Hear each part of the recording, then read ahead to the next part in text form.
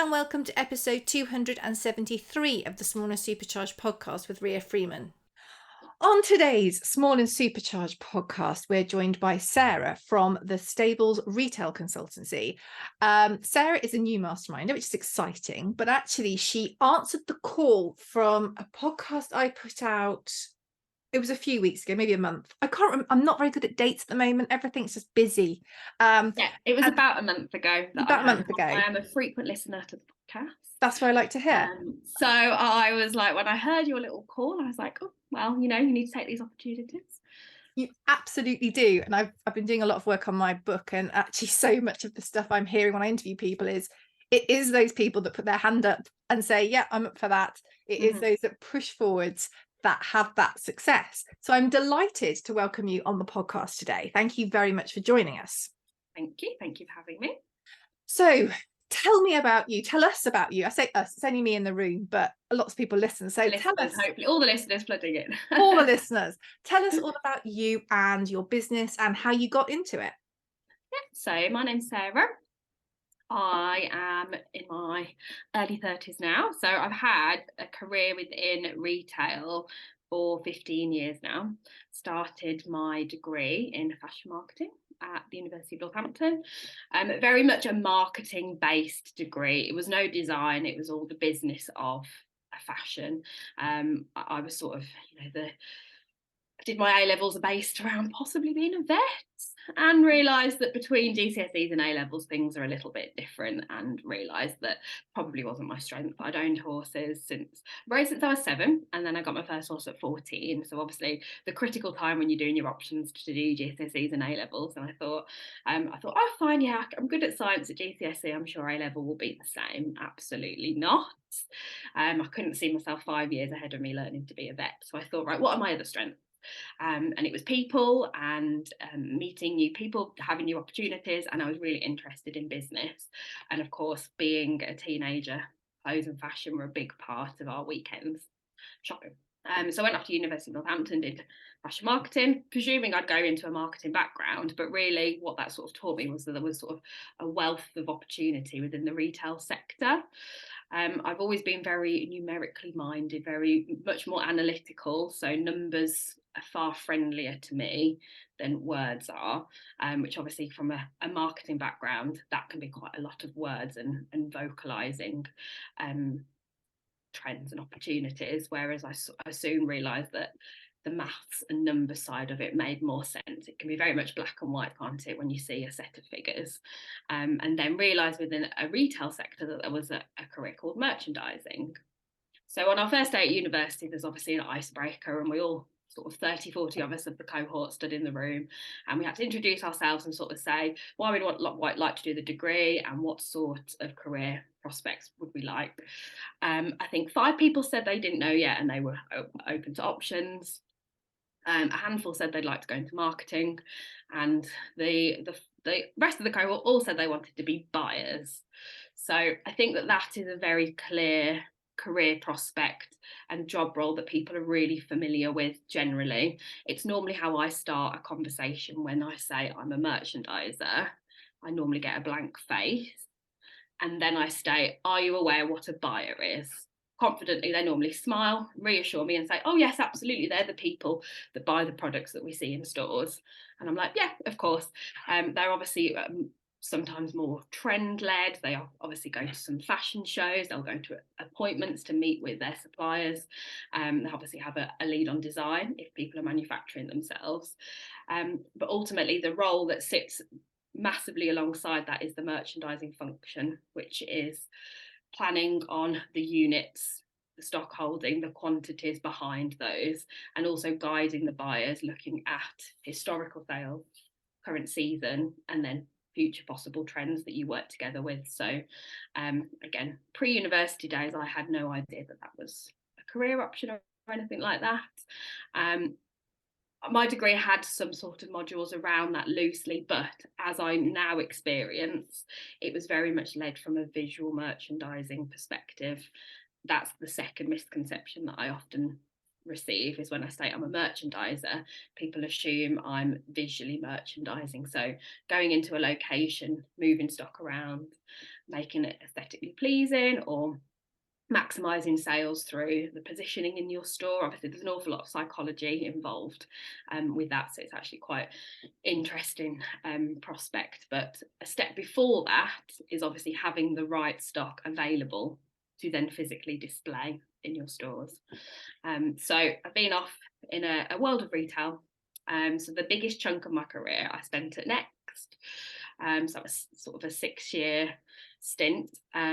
I was on the branded department as well, which again, through my whole time there and post, a lot of people weren't aware that Next sell brands, Mm.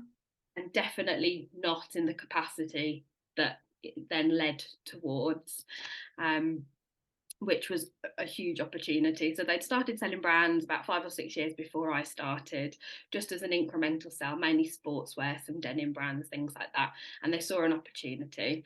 As I started, there was only 16 of us in the department. So even though I was in this huge head office environment, so their head office in Leicester, as I was there, I'm sure it's expanded, but there wasn't a lot of physical room left, but there was 4,000 people that worked there every day. Wow. So yes, across departments, of course, but big chunk of that was the buying and merchandising, what we call product teams. So obviously, awful lot of stores UK based, international. There was concessions, and there was a lot of activity. And they had obviously a very big success, a huge chunk of the market.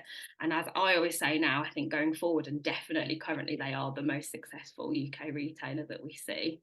They've just, every quarter they come and they're beating sales and profit, etc. Which unfortunately, especially from this department store mentality, there's obviously a lot of businesses that have failed over the last few years. The pandemic has obviously been really difficult with big property, but you obviously see Next growing, opening huge retail outlets, out of town outlets, international, and the presence on the high street is huge.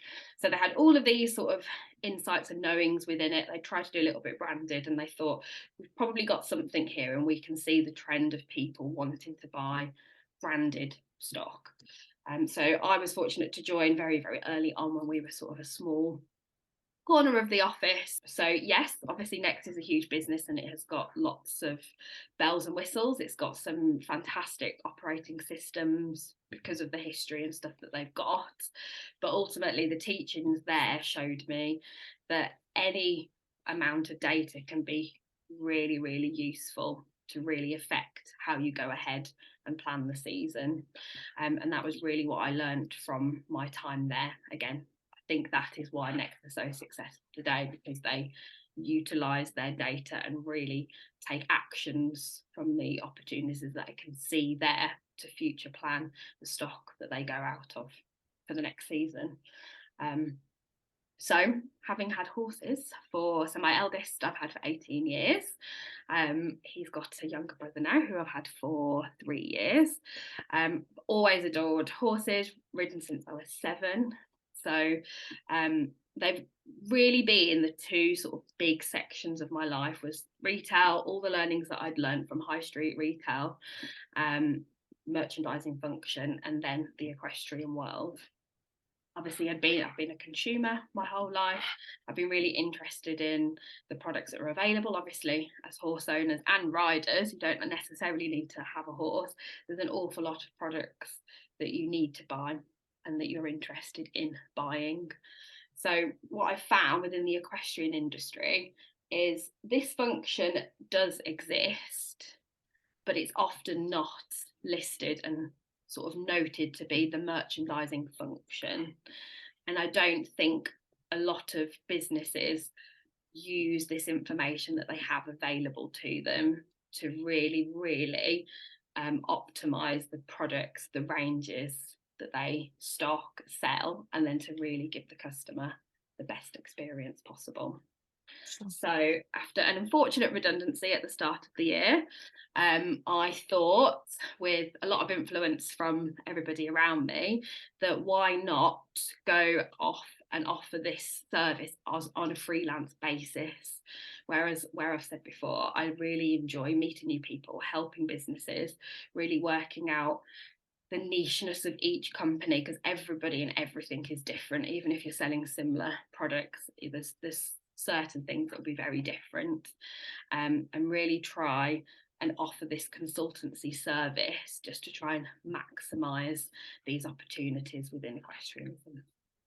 No, that all makes perfect sense. And I think you're right. When obviously when I started researching you, I thought I'll merge merchandiser, visual merchandiser. You'll know how to put things out, which I appreciate is a string to your bow as well, isn't it? We were going to talk about that. I'm excited for that. But I don't think people necessarily think of merchandising as the nuts and bolts, the sums, the forecasting, the data behind it. We think of visual merchandisers, we think of merch, those kind of branded products for whatever. Yeah. So it's one of these words and one of these jobs that I don't think is particularly well understood. And I think what you're saying as well from the consultancy point of view, I think that's really good, because many small businesses obviously need to tap into this. They need to understand their data. They need to know what people are buying. They're buying trends, they're buying patterns. As they expand, look into that. But particularly if you're running a very tight ship, it might not be a role that you could have somebody full time in to start with. If you've got one shop, or gosh, one website, well, maybe you've got one website, but if you're a smaller business. So I completely get that side of it. Obviously, in order to be able to process and analyze data, we need to be collecting it correctly. Yes. How do people start doing that? Because again, if you're just started business, you just started selling things. I mean, some people have got, they sell through Facebook, send me a DM and I'll send you the PayPal link. Yeah. So from that point of view, the data's there, but it's not particularly well organized or easy to access. So what is like the first step people need to do if they want to, I guess, utilize their stock better, buy the right things, develop the right things? What's like step one? So, of course, yes. So there's always quantitative and qualitative information that we receive, and we're receiving this constantly. However level of business, you could sell one product once a year for the next 5 years. You can make bespoke rocking horses, and you only sell a few, which is great. You can obviously access your data quite quickly, probably just from memory. Most retailers, especially if they're working in e-com, will have this level of information from day one. So the big platforms, perhaps you haven't accessed it yet, or you're not sure how to interpret it. Some of it's very basic, simply this was your order at this location and this was the price that you sold it at, but that can be critical initially. I'll always encourage people considering going into retail or starting out new is to obviously start collecting this information as soon as possible. But don't worry if you haven't already. You would be surprised how you could then dig into the data going backwards to work out what sort of transactional information that you have. Obviously, if you use accounting services, for example, you'll have some sort of cash flow planning or something in date. See, everybody, we all have to account to the tax man. So you'll have something there that you can, even if it's not, this was this single product, you have an average that we could work back and work out this is probably these sales and this is probably that sales. Because often a lot of these businesses, the retailers have a passion and an idea and a brilliant design ethos, and it happens by accident, which is incredible that businesses can grow and that people have had the confidence to start, because I think that's really, really fundamental. There's an awful lot of great ideas out there, but the confidence to begin isn't there. They don't know where to start. They don't know what to do. Also why I think offering my services as a consultant can really hopefully empower people to make that first step.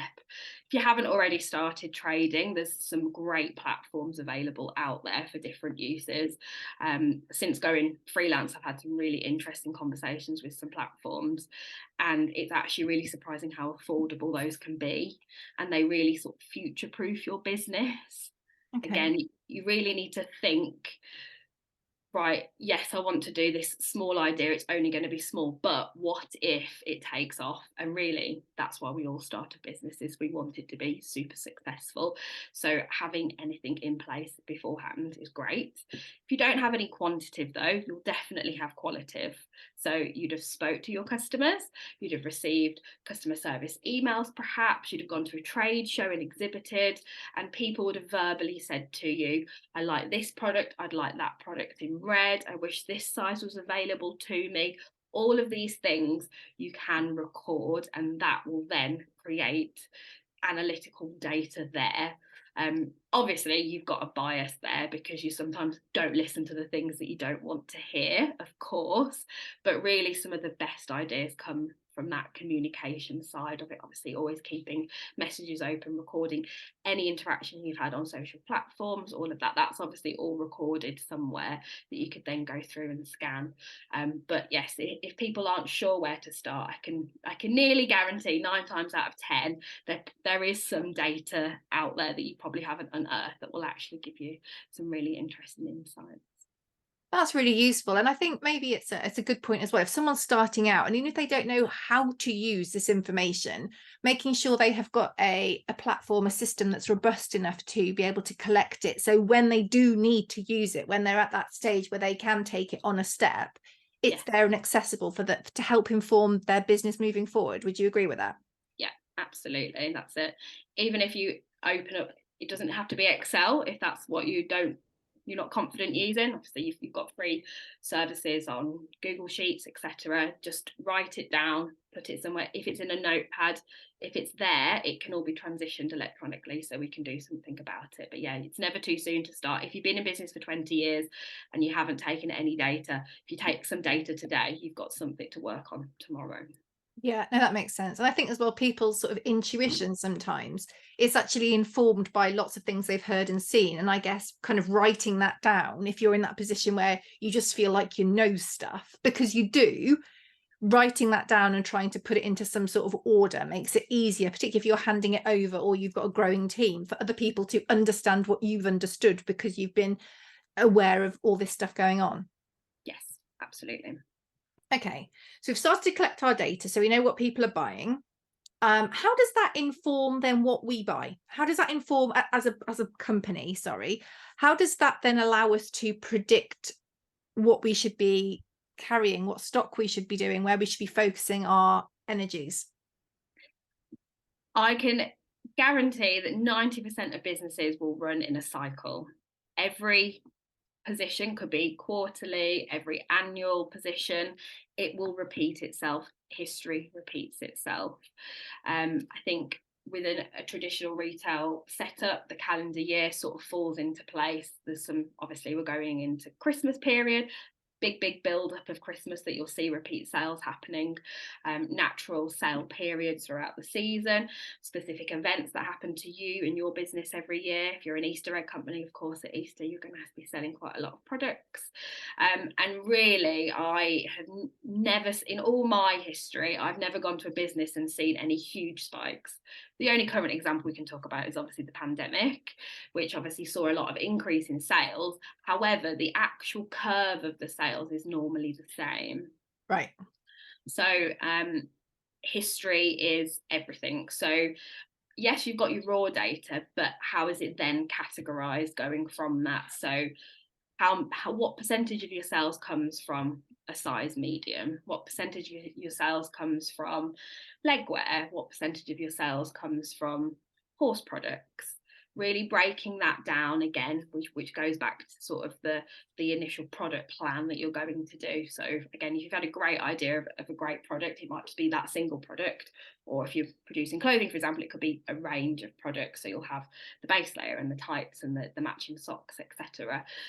So really adding that information to the data to then see, right, that category sells better at this period and that category sells better at that period. And what impact does knowing this have on a business? I mean, I know the answer, but what does Yeah. what impact does knowing this have? It really targets you. It really puts a focus on, have you got the right product for your customer? It can really help with your budget. So retail merchandise, it's all cash. Cash and cash flow is the most important element of a business. If you're producing products and you haven't got the money to make the products, you obviously subsequently then can't sell the products. If you've got too much of a certain product in stock still, that is money in the bank, but not liquidated cash. So why have you got that there that hasn't sold through? What can we do about moving that? What have you underbought? So if we're coming into Christmas and there's a core Christmas product that we've now sold out of today at the start of November, you've missed 6 weeks of potential sales leading all the way up to Christmas Day. But then other products, it can be selling today. So say we were looking at Halloween products, that will sell obviously up to the 31st, perhaps the 1st and the 2nd if there was a few shows happening just after. But you can say from today onwards, we're not going to sell any more Halloween until we get back round until next September next year. So all those products sitting there, there's a cash value to that. So it can really, really show you in black and white, true or false, exactly where you are standing as a business, which again can really show the importance of having this analytical data available to you that you have stored and interpreted correctly to keep. So like I say, it's very important, yes, to get feedback from customers and verbally hear things, but you can prove to your future planning you. So say we were sitting here today and we were going to go and plan, ultimately it's next autumn winter, but say you were going to readdress what you look for spring summer, you can see, right, this category, this product sold really well for me last year. As of today, I haven't actually got that product available to me because I was sending it out so frequently, it didn't actually register to me of how important it was because it was a £5 bag of treats. I didn't think it was super important to me, but actually having that product available has probably driven all these other sales subsequently, or additional sales at the time. If that's not available in 12 months' time, that could stop an awful lot of repeat customers coming back because that's not available. Even with all of this analysis, there is a bit of, I don't think guesswork is the right word, but we can obviously look at the data and look at the information, but then stuff happens, doesn't there? A global pandemic, a competitor opens next door, a new brand comes online that you haven't sold before, so you don't have that data. Yeah. But does the information you have help inform those decisions? 100%. So if there's a great new brand on the market that could possibly be selling a colorway, a product, an end use that you haven't sold before, but ultimately it's still legwear, at least the sales data that you've received from a different product, you'll establish things like what selling price should that be targeted at? If all historical sales data shows that a £50 pair of tights is the maximum my customers will spend, and this new product's £150, you can really assess whether that is the right product for your customer. The end use and the features and benefits should be really, really impactful to pay 2 times the price versus what your customer normally spends. If you think that that's still an option, what sizes do you sell? Is your customers small, medium, large? Do they go children's sizes, for example? So all that information you can transition into it, and it can really show you opportunities so you can go and try and seek the things that you currently sell that you want to expand in, but then also possibly think that just because everyone's buying a certain new brand or product, that might not be correct for your market and really hold you back. Again, there's no infinite amount of money, however successful a business is. The more strategic you are before season and hold yourself to the plan that you want, the better. And of course, we'd all like a crystal ball to see these changes. But if you're dynamic with the sales history, you could literally put a product live today, sell it over the weekend, something incredible could happen. There could be a news article that creates a lot of hype around a certain product. You've optimized your website correctly, so you suddenly get a lot of traffic, or it's Your Horse Live this weekend. You could go to that event, show your product there, and you get some incredible feedback because customers just haven't seen it, experienced it before. It could be using the demonstration there, for example, and you see sales. Then you can react by Monday morning because you've got that history and you've got some more analytical information. Then you can go and affect and change. So that could really change the way that you send out your next email to customers, the next social post that you put. And you weren't planning to buy that in 3 colours for January, but maybe you should rethink that and change, and really follow those leads straight away. Yeah, that makes sense. It is all a machine that doesn't inform other areas of the business as well. For any business, whoever's listening to this, any business, particularly if, one where you've got physical stock, this is Yeah. a really important podcast to just start listening, looking, analyzing, and digging a bit deeper. So let's say we've bought some amazing jumpers, because last year we did really well with amazing jumpers, and they're not selling. I mean, from a I know what I want you to answer, but I feel like I haven't given you enough information. I know where I want this to go. Yeah. So we've got a big box of jumpers in a box that did really well last year, and this year they're not selling. How do you, or how does a business go about presenting the product that they buy in a way that is likely to get those sales? Because it's not just about having the best product. If it's in a grubby corner, no one's buying that, even if you've got the physical stock, are they? No, absolutely. So it's really, really about the content that's being created around that, which can really, what I find within equestrian, every retailer, every business is very comfortable with outsourcing their marketing function. They're very familiar with, I should develop a marketing budget. I should plan where my marketing goes. I should plan where my marketing does. If you want to go to a trade event, for example, you have to plan 12 months in advance. They're very expensive. If you want to advertise on social media, you obviously need a budget there. Fine. If you've got historical data of what works well, yes, you've got some analysis, and anybody that you've outsourced to do your marketing or you've bought in-house to work for you will be doing exactly like I've just described, analysing what they've done, what was successful, what could they do to maximise that. If you haven't done any marketing, you're not quite sure what works well, the best place to start is look at your sales, have a look at what works for your customer base, your channels, what could work on email, what could work on social media, because you're already targeting your demographic. That will then make you be far more optimized on what channel you then do the marketing on.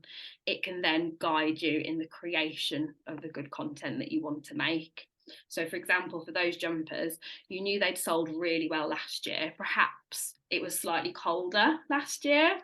It hasn't quite got cold enough yet. As we all know as equestrians, we will soon get a cold spike. We've had a very wet spike so far. So do you need to refresh the content that you've got around that product? So if you say you've put it in the back of the store because it's not cold enough yet, bring it forward, create some videos, some social posts around the benefits of those products that you can then post again on the social media platform that you think will be most relevant to you. Email marketing. So if you've got the customers that you sold to last year, have you got their demographic? Have you got their content?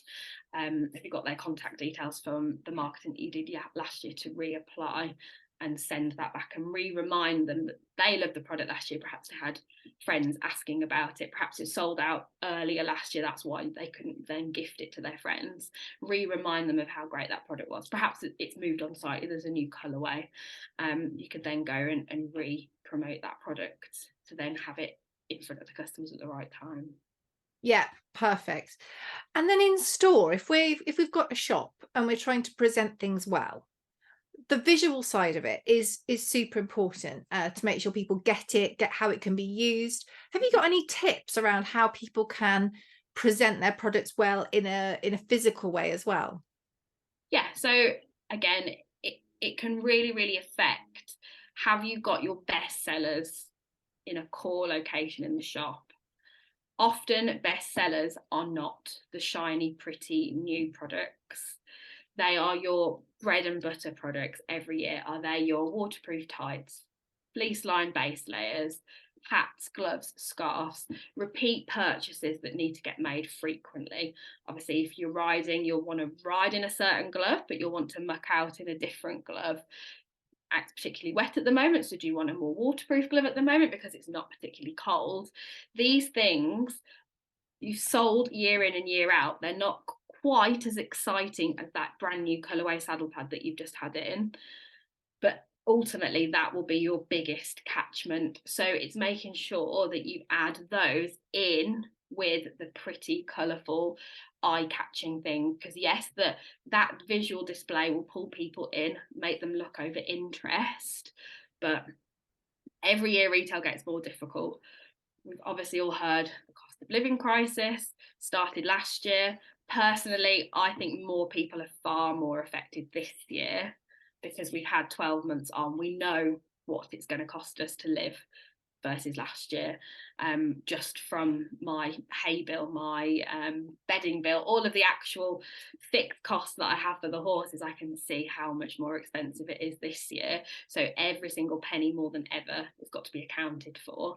So really making sure that you've got those small purchases that are really necessity items. Again, if we're all out on the yard, we don't want to be cold, we don't want to be wet, but what are those key factors that can really make a difference to your day to day? If you've got some really warm socks, that's going to make you feel an awful lot better than a shiny new saddle pad, which possibly isn't the right time to purchase at the moment.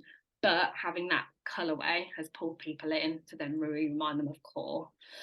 That really works for an e-commerce platform. So reflecting, if you've got both bricks and mortar and e-commerce, making sure that the website is as up to date as possible. If you've seen a reaction of sales or those jumpers that we were just talking about, if they're not selling, can your customer find them? Are they on your homepage? Are they in the right position on the website? You're battling with a 2 to 3 second attention span when a customer joins your website. If they're looking for something specific, have you got it in the right location? If you've just run a huge marketing campaign about these great jumpers, they've gone out on email, social platforms. If the customer doesn't go through that route that you sent on email because she was at the yard at the time, she couldn't click through, but she went home, remembered your website, logged on, but when she hits your home screen, she can't see anything about the jumpers. She's not going to spend that time to go and seek them again. She might have already deleted the email. Has it been optimized, and is it there right at the right time? And again, remembering those bread and butter repeat purchases of those really, really important products that we have to buy every year. Completely. I mean, I've got a lot of information from this, and I'm sure lots of people listening have as well.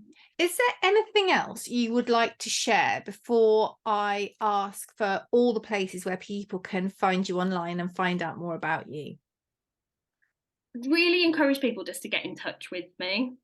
I am, as my name suggests, a consultancy. So I'll offer an ongoing service. If somebody wants a monthly merchandising function in their business, so they have X amount of hours every week or every month to do the reporting, to present the analysis, to make recommendations frequently, fantastic. If you're a high moving product, that can be really, really beneficial. If you're a retail outlet that goes shopping twice a year, puts the product in your store on your website, having that second pair of eyes that you can really bounce off. I found when you work in a new company, that first 3 months that you work in the business, you can often have the biggest effect in the company because you've got fresh eyes, you don't know the history, you've got all the understanding and appreciation of all the other businesses that you've got. You can make a real difference, and having that point of contact, so someone to just ask, am I doing the right thing? What recommendations would you make? Can really give you the confidence to make that decision ultimately. So that's the sort of other side of the business that I'll run, is these packages to set you up, train you. In an ideal world, I'd love every retailer to have a function there. That doesn't necessarily mean that they need someone full-time, permanent No. within that. I want to empower people and give them the confidence that they know their own business, because they are in their business all day long, but just that future proof. And let's not get to year 5 and be stuck and wonder why sales not the same, why have I got too much stock of this. Prevention is always better than cure, isn't it, to try and manage that. And again, I'm sure they've got their accountants talking about cash flow and they're thinking about it from that point of view, but with, like I say, a bit of future planning or a second pair of eyes just to check over how things are going, that can be really beneficial. But I understand that every business is different.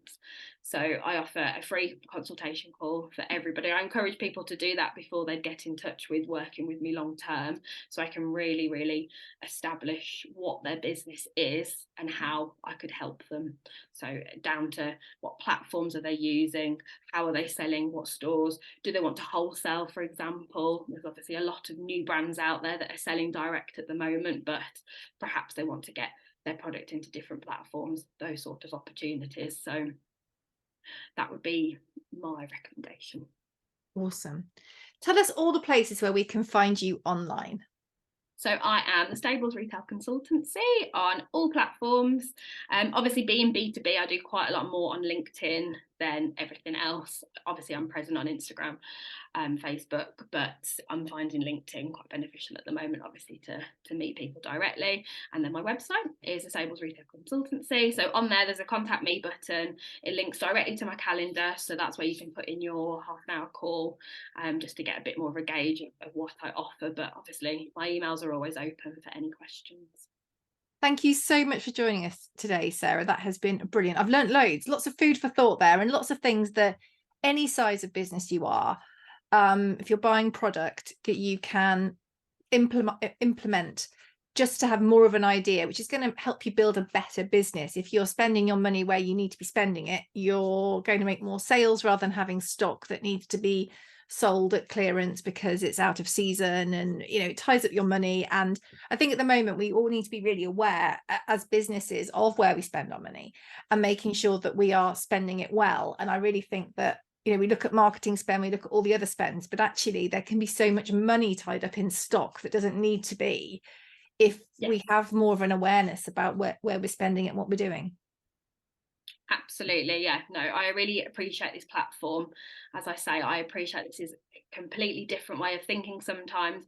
I know that every retailer does this function in a fashion, but how much detail are they looking at? How much time are they really spending on it? Because it can really save time and really make the experience for your customer like tip top. And that's really what we want to achieve at the end of the day. Absolutely.